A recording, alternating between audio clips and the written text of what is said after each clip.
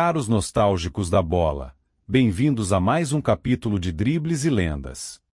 O canal de futebol que resgata as histórias que o vento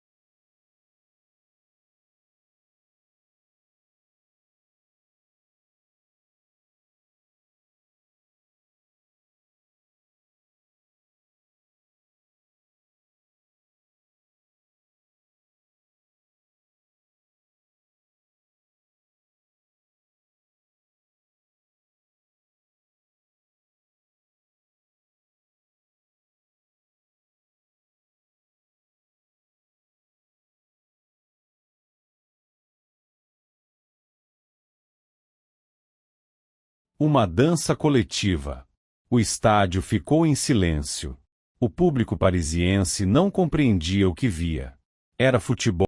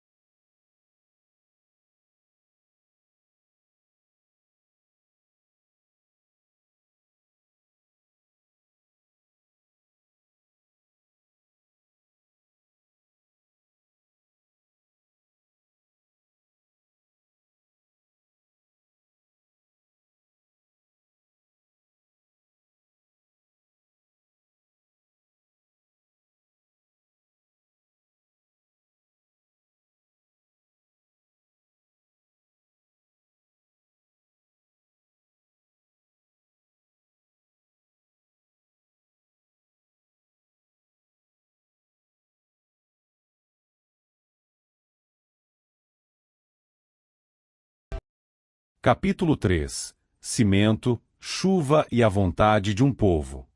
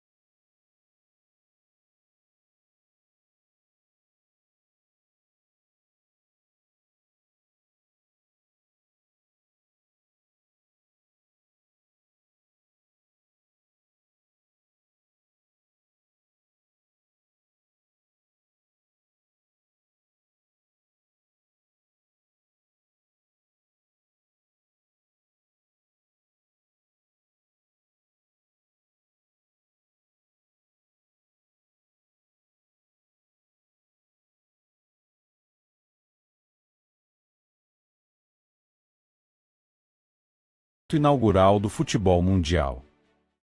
Capítulo 5. Tensão nas margens do Rio da Prata, a grande final. Quando a primeira Copa do Mundo de 1930 se aproximava de sua decisão, Montevidéu já vivia dias de expectativa e nervosismo. O torneio organizado pela FIFA, conduzido pelo dirigente francês Júlio Rimet, chegava ao seu último capítulo. E o destino parecia ter preparado um encontro inevitável. De um lado, o Uruguai, anfitrião e campeão olímpico recente. Do outro, a poderosa Argentina, rival histórica do outro lado do Rio da Prata. Era mais do que uma final. Era o primeiro grande clássico sul-americano com repercussão mundial. Na noite anterior ao jogo decisivo, a tensão já era evidente nas ruas de Montevidéu. Um grupo numeroso de torcedores uruguaios reuniu-se diante do hotel onde a delegação argentina estava hospedada. Durante horas, cantos, assobios, tambores improvisados e gritos ecoaram pela madrugada. O objetivo era simples: impedir que os jogadores argentinos descansassem. Era um gesto típico das rivalidades do futebol sul-americano, já presente naquele momento inaugural do Campeonato Mundial. Na manhã de 30 de julho de 1930, milhares de pessoas caminharam pelas avenidas em direção ao Estádio Centenário. O estádio, recém-inaugurado, era o maior das Américas, com capacidade próxima de 90.000 espectadores.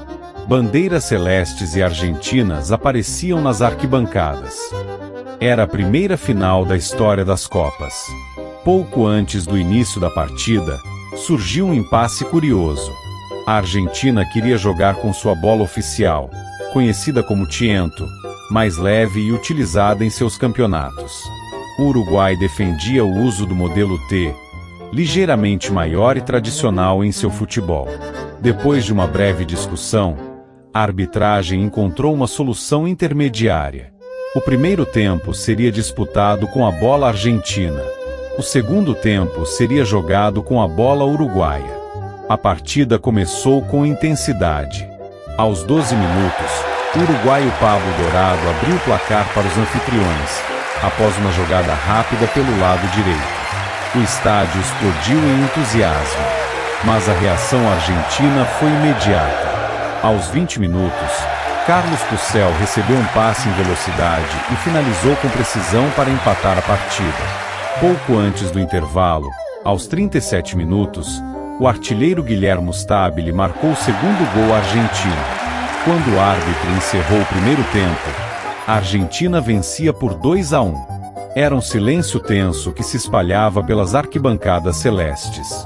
No intervalo, a bola argentina foi substituída. Entrava em campo o modelo uruguaio. E o ritmo da partida começou a mudar. Aos 57 minutos, o uruguaio Pedro Cia empatou o jogo após uma jogada construída no ataque celeste. O estádio voltou a ganhar vida. A pressão uruguaia aumentou. Aos 68 minutos, Santos Iriarte avançou pela intermediária e chutou forte, colocando o Uruguai novamente à frente, 3-2. A Argentina tentou reagir, mas o controle da partida já estava nas mãos da equipe anfitriã. Nos minutos finais, aos 89, o atacante Héctor Castro marcou o quarto gol uruguaio, selando definitivamente o resultado. Uruguai 4, Argentina 2. Quando o árbitro encerrou a partida, o Estádio Centenário transformou-se em uma explosão coletiva. Torcedores invadiram o gramado, bandeiras celestes surgiram por toda parte, Montevidéu mergulhou em celebração. O Uruguai tornava-se o primeiro campeão mundial da história. Capítulo 6. Repercussões na imprensa. O que aconteceu depois do apito final não ficou apenas no campo. No dia seguinte, as manchetes de 1930 refletiam duas realidades completamente opostas. De um lado, a euforia nacionalista no Uruguai. Do outro, a indignação, misturada com orgulho ferido, na Argentina. No Uruguai, os jornais celebravam uma verdadeira apoteose. O jornal El Diário estampou em letras gigantes: Uruguai campeão mundial. A manchete secundária exaltava o espírito esportivo dos jogadores e o orgulho nacional de ter organizado um torneio perfeito.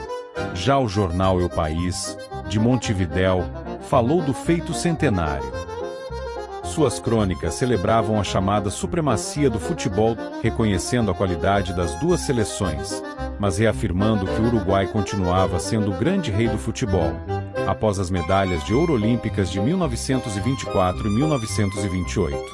O jornal La Mañana destacou especialmente a reação da equipe uruguaia depois de sair perdendo.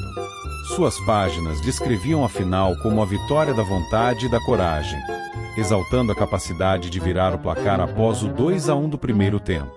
No dia seguinte à conquista, o governo uruguaio decretou feriado nacional. As edições dos jornais vieram repletas de fotografias das multidões que tomavam a Avenida 18 de Julho, transformando Montevidéu em uma gigantesca celebração. Mas em Buenos Aires, o clima era completamente diferente.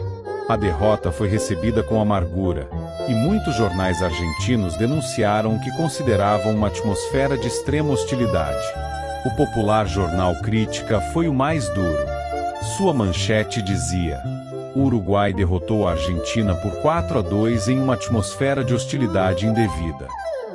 O jornal afirmava que os jogadores argentinos haviam recebido ameaças de morte e sugeria que o árbitro belga John Langenus havia sido parcial.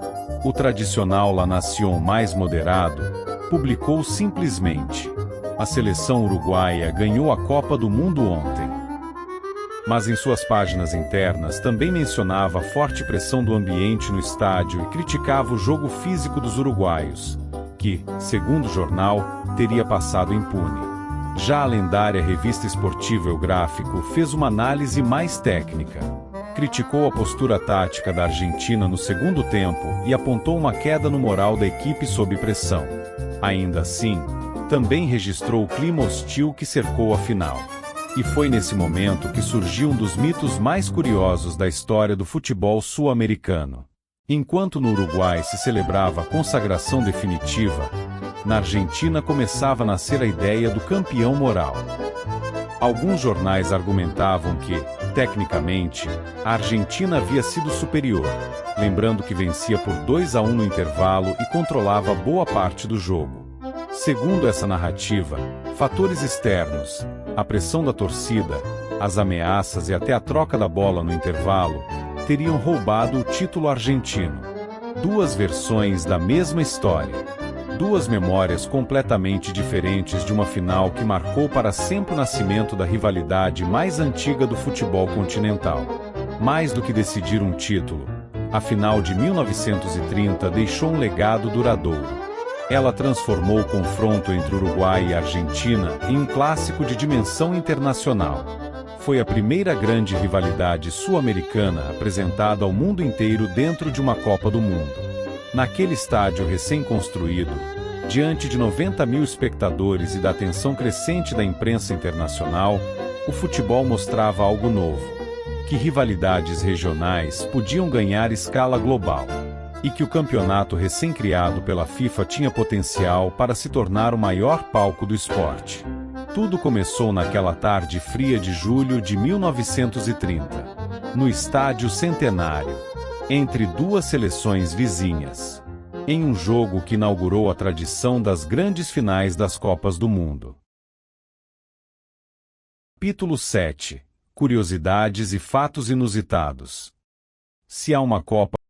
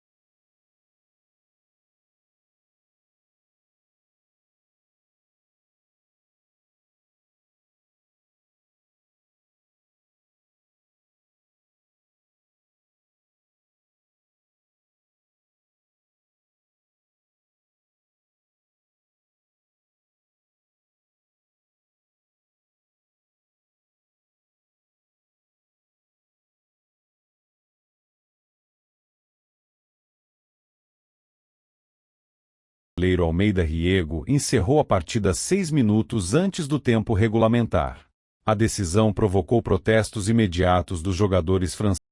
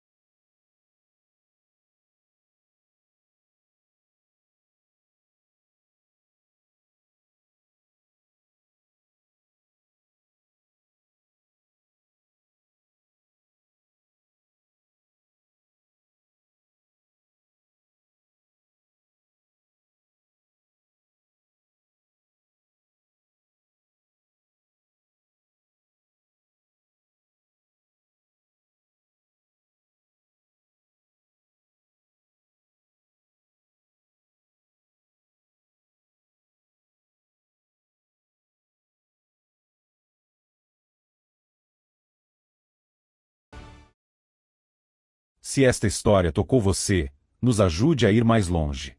Deixe o seu like, inscreva-se e acompanhe o jogo bonito do século XX.